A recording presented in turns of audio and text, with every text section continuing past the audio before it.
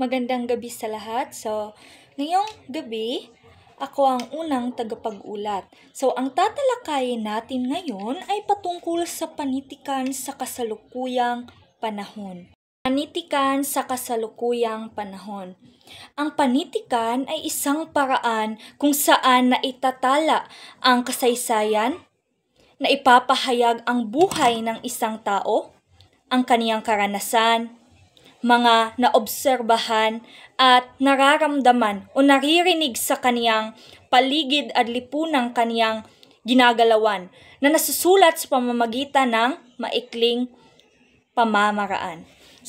Dito sa panitikan sa kasalukuyang panahon, ay napapaliwanag na ang panitikan na isang paraan ng pagtatala ng kasaysayan, pagpapahayag ng buhay ng isang tao, at paglalarawan ng kaniyang mga karanasan, obserbasyon, at nararamdaman sa kaniyang paligid at lipunan. Kaya isinasagawa ito sa pamamagitan ng malikhaing pagsulat. Dadako naman tayo sa kaligirang kasaysayan. Muling nabawi ng mga mamamayang Pilipino ang tunay na kalayaan na nawala rin ng may 14 na taon. Ibinabahagi dito sa kaligirang kasaysayan, ang teksto ay nagsasabi ng muli nang nakuha ng mga mamayang Pilipino ang tunay na kalayaan na nawala sa kanila sa loob ng 14 na taon. Maraming tagpong makababag damdamin ang nasaksihan ng mga mamayan na tunay na tatak Filipino. Ibig sabihin, maraming nakakaantig at emotional na mga pangyayari ang mga naranasan at nasaksihan ng mga Pilipino. Muling na ipamalas ng mga Filipino ang samahang bayanihan tulad ng pagbabahagi ng mga pagkain at inumin. Lumabas ang ganda ng pag-uugaling Filipino. Ipinapalabas muli ng mga Filipino ang diwa ng bayanihan, katulad ng pagbabahagi ng pagkain at inumin. Ipinapakita nito ang ganda ng ugali nating mga Pilipino. Dadako naman tayo sa kalagayan ng panitikan. Bagamat iilang buwan pa lamang ang pagkakasilang ng tunay ng Republika ng Pilipinas, ay may mababakas pagbabago sa ating panitikan. Ibig sabihin, kahit ilang buwan pa lamang ang pagkakatatag ng tunay ng Republika ng Pilipinas, may mababakas na pagbabago sa ating panitikan. Dadako naman tayo sa dalawang uri ng panitikan. Una, ang tradisyonal na panitikan, at ang pangalawa ay ang popular na panitikan. Uunahin muna natin ang panitikang tradisyonal. Ito ang mga sinaunang panitikan ng ating bansa na kinapapalooban ng sinaunang pamumuhay, paniniwala, karunungan, pagpapahayag damdamin, ng imahinasyon, kwento ng buhay, at lahi, pagpapahalagang moral at sibilisasyon. Ibig sabihin na ang panitikan tradisyonal ay ang mga sinaunang panitikan ng ating bansa. Ito ay naglalaman ng sinaunang pamumuhay, paniniwala, karunungan, pagpapahayag ng damdamin, at ng imahinasyon, kwento ng buhay, lahi, pagpapahalagang moral at sibilisasyon. Sa madaling salita, ito ang mga akdang sumasalamin ng kultura at kasaysayan ng ating mga ninuno. Ngayon, dadako naman tayo sa mga halimbawa ng panitikang tradisyonal. Una, ang kwento ng bayan. Ito ang kathang-isip na nagsasalaysay na nakikita ang pag-uugali at uri ng mamamayan sa isang lipunan. Ibig sabihin, ang kwentong bayan ay nagpapakita ng buhay at kultura ng mga tao sa isang lugar. Pangalawa, ang kwento ng kababalaghan. Ito ay mga kwentong katatakutan na naging bahagi ng kulturang Pilipino. Ibig sabihin, ang mga kwentong ito ay may mga elemento ng misteryo, pamahiin, at supernatural.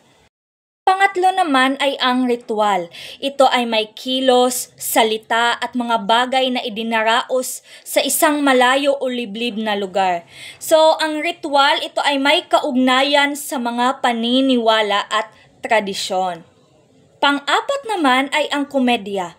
Ito ay nagsasaad ng kasiyahan o lihim na pagpapatawa sa bawat salitang namumutawi sa kaniyang bibig. So ito ay isang uri ng panitikan na nagbibigay saya sa pamamagitan ng mga patawa.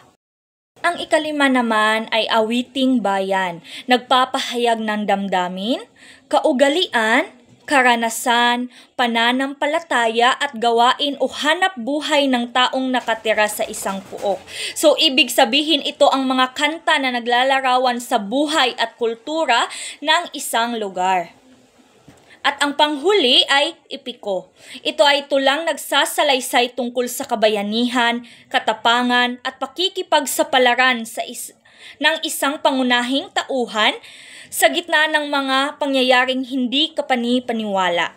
So, ibig sabihin, ito ay mahabang tulang nagkukwento ng mga bayani at supernatural na mga pangyayari. Dadako naman tayo sa mga katangian ng panitikang tradisyonal. Una, ang silbing kasagutan sa mga bagay at penomenang di kayang ipaliwanag noon. So dito ipinaliliwanag nito ang mga bagay na hindi maintindihan noon sa pamamagitan ng kwento at paniniwala. Pangalawa, katipunan ng mga karunungan, presentasyon ng mga sining at kasanayan. So dito ay naglalaman ito ng mga kaalaman, kasanayan at sining ng mga sinaunang tao. Pangatlo, ang buntunan ng mga pangarap at imahinasyon. So dito naman ito ay nagpapakita ito ng mga pangarap, mithiin at imahinasyon ng mga tao noon. Apat naman ay nagpapakilala ng kadakilaan at kaibahan ng isang lahi. So, ipinapakita nito ang natatanging katangian at kultura ng isang grupo ng tao. Panglima ay may pagkadikahon, mapangdikta at makalumang oryentasyon sa paniniwala at gawa. So, may mga tradisyon at paniniwala na sinusunod at pinaniniwalaan ng mga tao noon. At ang panghuli ay nakasentro ang pagtanaw sa pagpapaunlad ng sariling bansa. So, dito ay nakatuon ang panitikan sa pag-unlad at pang-angat ng ating sariling bansa. Ngayon, dadako naman tayo sa panitikang popular. Ito ay mga makabagong anyo ng panitikan sa kasalukuyang panahon na kinapalulooban ng iba't ibang uri ng pamumuhay lipunan. So dito sa panitikang popular, ito ay makabagong anyo ng panitikan. So sa madaling salita, ito ang mga uri ng panitikan na popular at laganap sa kasalukuyan na sumasalamin sa modernong buhay at kultura. Dadako tayo sa halimbawa ng panitikang popular. Una, ang pahayagan, magazine, at iba pang babasahin tulad ng Manila Bulletin, Manila Times, Philippine Standard. Ito ay mga akdang madaling ma-access at mabasa ng mga maraming tao. Pangalawa, ang comics. So, ito ang mga kwentong may larawan na madaling basahin at mauunawaan ng mga maraming tao. Pangatlo, ang radyo at telebisyon. Ginagamit ang mga ito upang maiparating sa madla ang iba't ibang uri ng impormasyon at aliw. Dadako naman tayo sa mga katangian ng panitikang popular. Una, ang nagbubuklod ng sariling identidad. Ibig sabihin, ito ay tumutulong na mapanatili at maisalang-alang ang kultura at identidad ng isang grupo. Pangalawa, nagpapatingkad ng bagong anyo ng buhay at pamumuhay sa lipunan. So, ipinapakita nito ang mga pagbabago sa pamumuhay at kultura ng isang lipunan. Pangatlo, walang direksyon at nagpapantay sa agos ng panahon. So, ibig sabihin, ito ay madaling magbago ang panitikang popular dahil nakasalalay ito sa uso at sa mga pangyayari sa kasalukuyan. Pang-apat naman ay malawak at may panlalason sa utak at di-nasyonalismo. So, ibig sabihin ito ay maaaring maglaman ng impormasyon na hindi totoo o nakasasama. At ang panghuli, may malayang sining ngunit walang pinipiling okasyon panahon at pagkakataon. So, ibig sabihin ito ay maaaring lumikha ng anumang uri ng sining nang walang pag-iisip sa oras o okasyon. Dadako naman tayo sa pagkakatulad ng panitikang tradisyonal at panitikang popular. Una, kapwa nagbibigay buhay, saya at sigla. So pareho silang nagbibigay ng kasiyahan at nagpapasigla sa mga mambabasa. Pangalawa, buntunan ng mga pangarap at mithiin. So parehas silang nagpapakita ng mga pangarap at mithiin ng mga tao.